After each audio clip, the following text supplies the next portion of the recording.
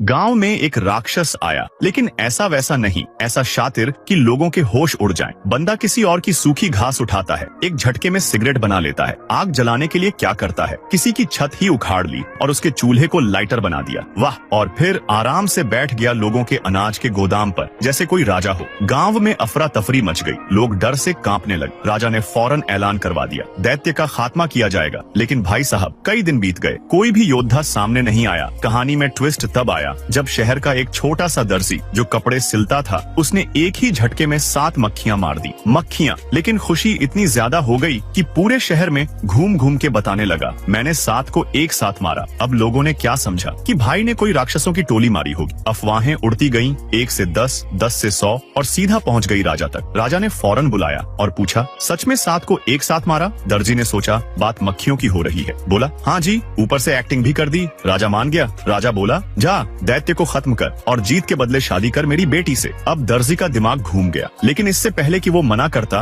राजकुमारी आ गई और उस पर टूट पड़ी, जोर जोर से चूमने लगी। बेचारा दर्जी डर गया, लेकिन अब पीछे हटना मुश्किल था। चारों तरफ से तालियां, जयकारे और दर्जी को धक्का देके शहर से बाहर भेज दिया गया। जैसे ही दरवाजा बंद हुआ, दर्जी को होश आया और वो दरवाजा पीटने लगा। मुझे वापस अंदर जाना है, लेकिन अब देर हो चुकी थी। अब दर्जी जैसे तैसे डरते डरते आगे बढ़ा, तभी जमीन हिली और सामने आया वो भयानक दैत्य। उसका पैर 45 नंबर का सीधा दर्जी की तरफ बढ़ रहा था। दर्जी दौड़ा, भागा और सीधा जा पहुंचा एक झील के पास। उसने सोचा झील बचा लेगी, बट दैत्य के लिए तो वो एक छोटा सा गड्ढा था। डर के मारे दर्जी एक कद्दू में छिप गया, लेकिन दैत्य को भूख लगी थी। उसने कद्दू उठाया और सीधा मुंह में डाल लिया। अब दर्जी सीधा दैत्य के गले में जा रहा था, बट यहीं उसकी चालाकी काम आई। उसने दैत्य की जीभ के नीचे से पकड़ लिया। दैत्य को लगा कुछ अटक गया है, तो भाई साहब ने पूरा कुआं पी लिया पानी का। दर्जी पेट तक पहुंचता कि रस्सी पकड़ ली। दैत्य ने रस्सी खींची और दर्जी बाहर निकल आया, जैसे कोई मैजिक ट्रिक हो। अब दर्जी ने मौका देखा और सीधा दैत्य की आस्तीन में कूद गया। दैत्य पकड़ने गया, लेकिन दर्जी ने छेद कर दिया और हाथ बाहर निकाला। फिर तुरंत सुई धागे से सिल दिया। फिर क्या, दर्जी चढ़ गया दैत्य के सिर पर और उसकी नाक रस्सी से बांध दी। जैसे ही दैत्य चीखा, दर्जी ने रस्सी पूरे शरीर पर लपेट दी और टांगों तक पहुंचकर जोर से खींचा। बूम! दैत्य धड़ाम से गिर गया। और इस तरह एक दर्जी ने चतुराई से दैत्य को हरा दिया।